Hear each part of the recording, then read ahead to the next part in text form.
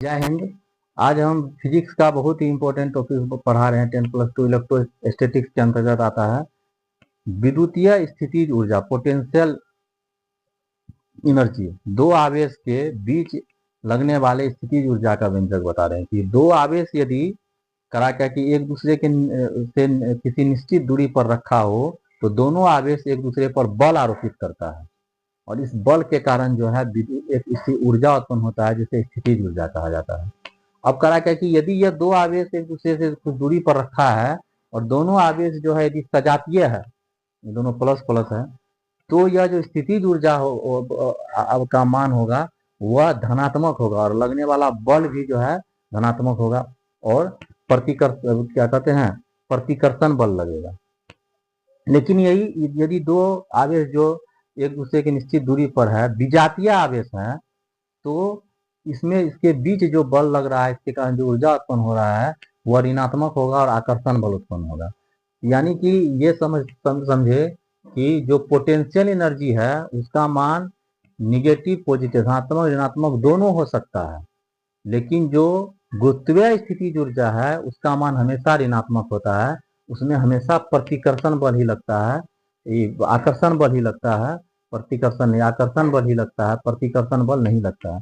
तो अब विद्युतीय स्थितिज ऊर्जा क्या है, तो बोले क्या कि जब दो आवेश एक दूसरे के नजदीक में है या एक दूसरे के विद्युत क्षेत्र के अंदर है एक निश्चित दूरी पर, तो दोनों एक दूसरे पर बल लगाता है, चाहे वह सजातीय बल हो, ये क्या कहते हैं प्रतिकर्षण बल हो या आकर्षण बल हो। लेकिन यदि यही दोनों को एक दूसरे से अनंत दूरी पर रख दे तो दोनों के बीच कोई बल नहीं लगेगा और कोई स्थितिज ऊर्जा नहीं होगी।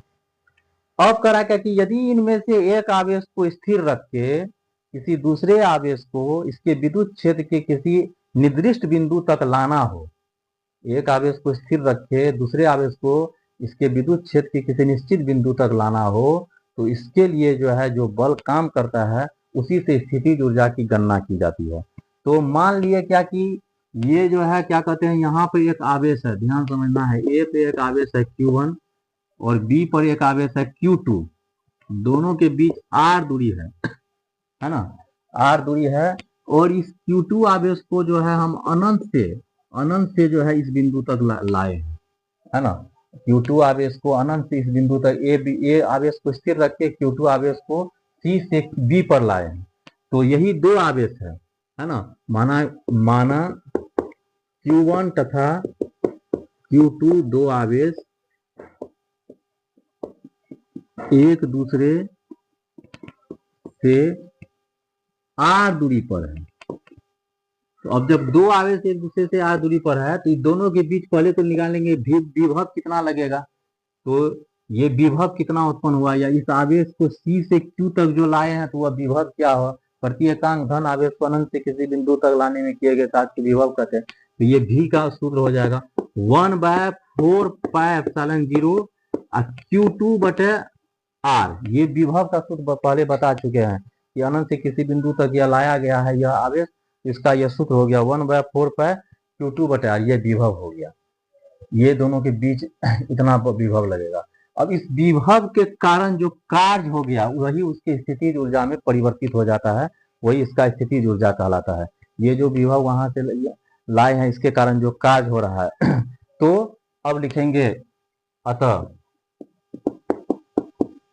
इसका स्थितिज ऊर्जा पोटेंशियल एनर्जी है ना, तो पोटेंशियल विभव गुना आवेश, यही इसका सूत्र हो गया।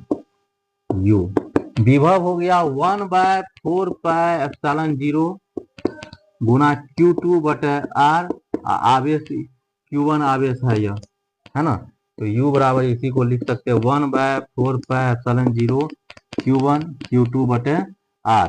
ये हो गया स्थितिज ऊर्जा का व्यंजक। इसी में R के जगह पर R² लगा देंगे तो कूलम के नियम से दो आवेश के बीच लगने वाले बल का व्यंजक निकल जाएगा। तो ये हो गया विद्युतीय स्थितिज ऊर्जा का व्यंजक। बताए कि विद्युतीय स्थितिज ऊर्जा धनात्मक ऋणात्मक दोनों हो सकता है, यदि एक प्लस है एक माइनस है तो ऋणात्मक हो जाएगा यानी कि आकर्षण बल लग रहा है। यह यदि दोनों प्लस ही है ना, तो यह जो है क्या कहते हैं धनात्मक हो जाएगा यानी कि दोनों के बीच जो है प्रतिकर्षण बल लग रहा है। ये विद्युतीय स्थिति ऊर्जा का ये गुण होगा, ये धनात्मक ऋणात्मक दोनों हो सकता है। जबकि गुरुत्वीय स्थिति ऊर्जा जो है वह हमेशा ऋणात्मक होगा, क्योंकि वह हमेशा उल्टी दिशा में लगता है। यदि वस्तु को ऊपर ले जा रहे हैं तो बल नीचे की ओर लगेगा, इसीलिए वह हमेशा जो है आकर्षण बल लगता है। जय हिंद।